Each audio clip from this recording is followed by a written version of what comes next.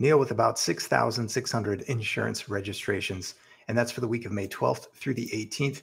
Here's the breakdown from ThinkerCar across all three brands. You've got the NIO brand, Onvo, and Firefly. Interestingly enough, Firefly, which just started delivery, is already going up with their numbers. I'm curious if this won't surprise, if this sub-brand in that vehicle is not going to surprise and take a bigger piece of the Chinese market than folks are expecting. That's something to keep an eye on. NIO with its refresh models, of course, we should see those numbers going up in the near term. And then Onvo, how about Onvo? The third full week in a month is usually when we see the biggest numbers if we're going to see a big number come in from Onvo.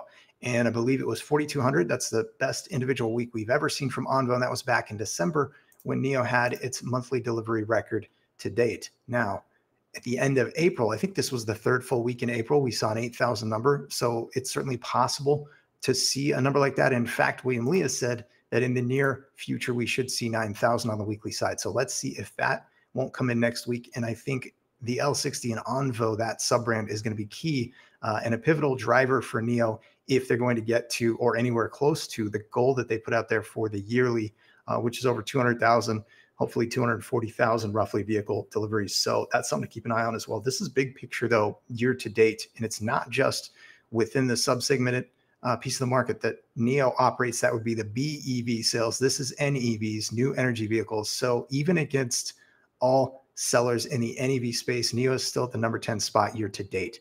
And that's with, of course, the ET9 only having been delivered for a little while, Firefly being new, Onvo having some stagnation, and they're working through that, but also a new model coming soon. So I do think that we'll see bigger numbers here in the second half of the year, especially with Factory 3 coming online. Not exactly sure on the timing of that, but hopefully, again, we'll see it reflected on the weekly side of things, and perhaps as soon as next week. We'll need to see a much bigger number if NIO is going to be able to come in and surprise with a monthly delivery record from May. What do you think? Can they do it? Will they do it? Drop it in the comments. I want to hear from you. Thanks for stopping by. I'll see y'all again very soon.